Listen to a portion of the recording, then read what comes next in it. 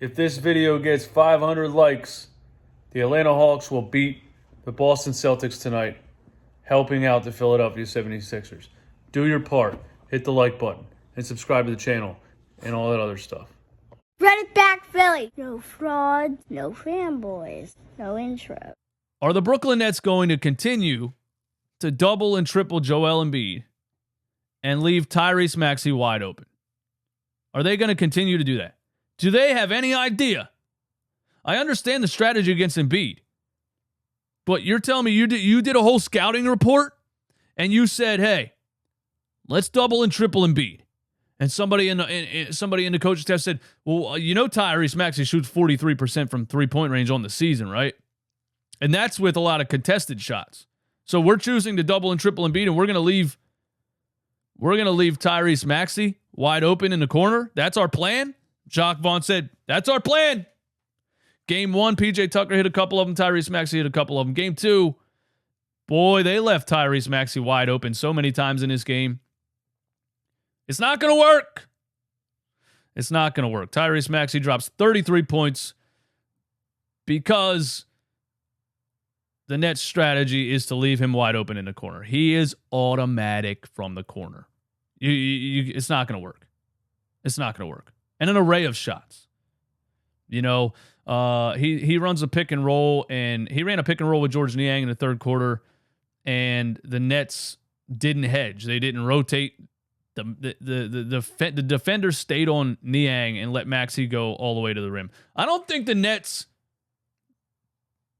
did a scouting report on Tyrese Maxey at all.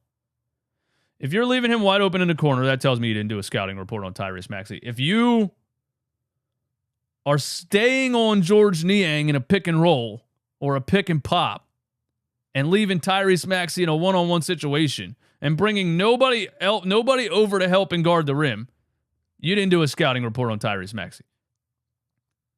So he's shooting the open three. He's blowing by players in the pick and roll situation because they're not hedging. They're acting like Tyrese Maxey is nobody. They're disrespecting Tyrese Maxey. If they continue to do this, if they do this for 2 more games, Tyrese Maxey might average 30 points in this series. At 22 years old? That's what you're telling me? You guys want to tell me this is Jordan Poole? You guys want to tell me he deserves a Jordan Clarkson contract? Come on, man. Look at the numbers. Tyrese Maxey at 22 years old in the first round of a playoff series is making an NBA team his bitch by disrespecting him, not paying attention to him at all, leaving him wide open here, wide open there, drive to the rim, everything.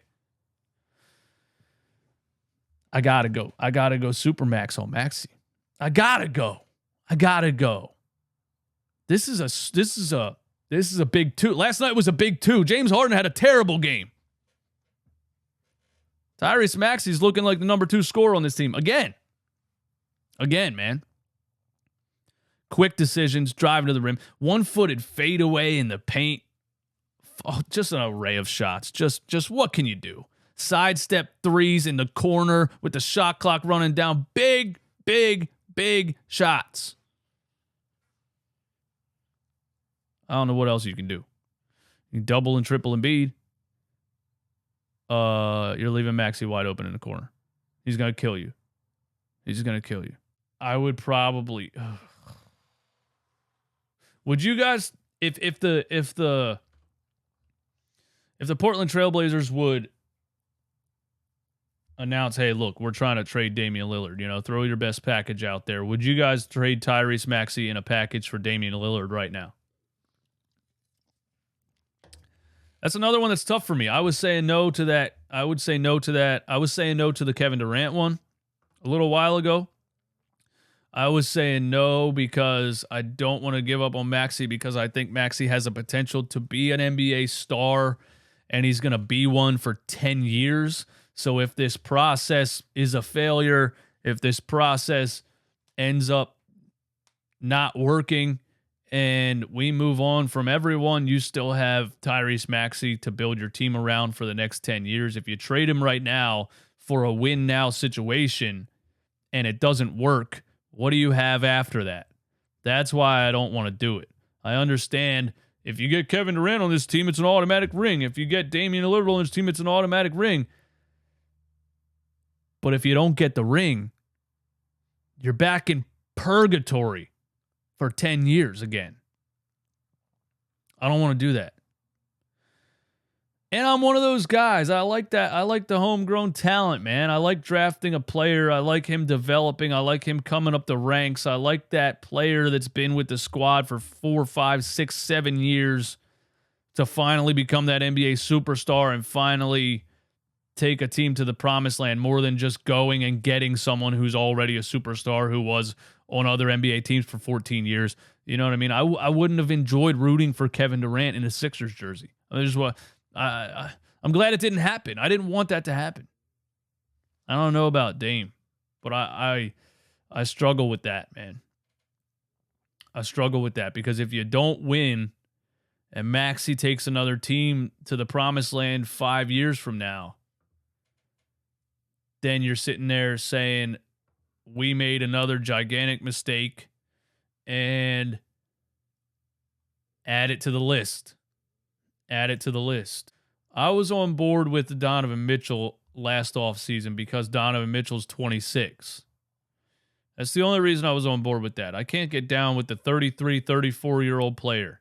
I can't get down with that. It's too close to the end of a player's career. That's why I think this Phoenix Suns trade for Kevin Durant isn't going to be pretty.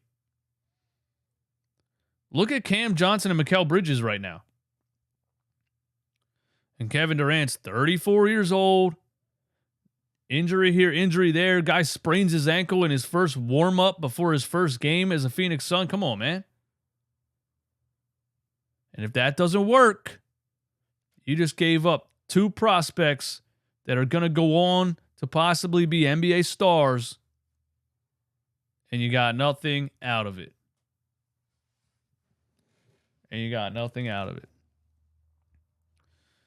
You know, I don't know, man. Maybe teams need to stop cutting corners. Look at the Clippers. They traded Shai Gilgeous-Alexander and 5 first-round picks for Paul George, and the guy cannot stay healthy.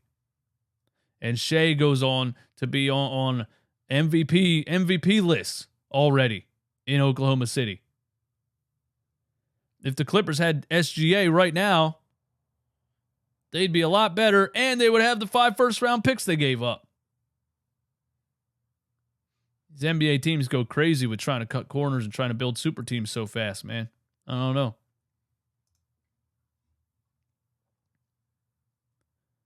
Run it back, Philly. No frauds, no fanboys, no intro.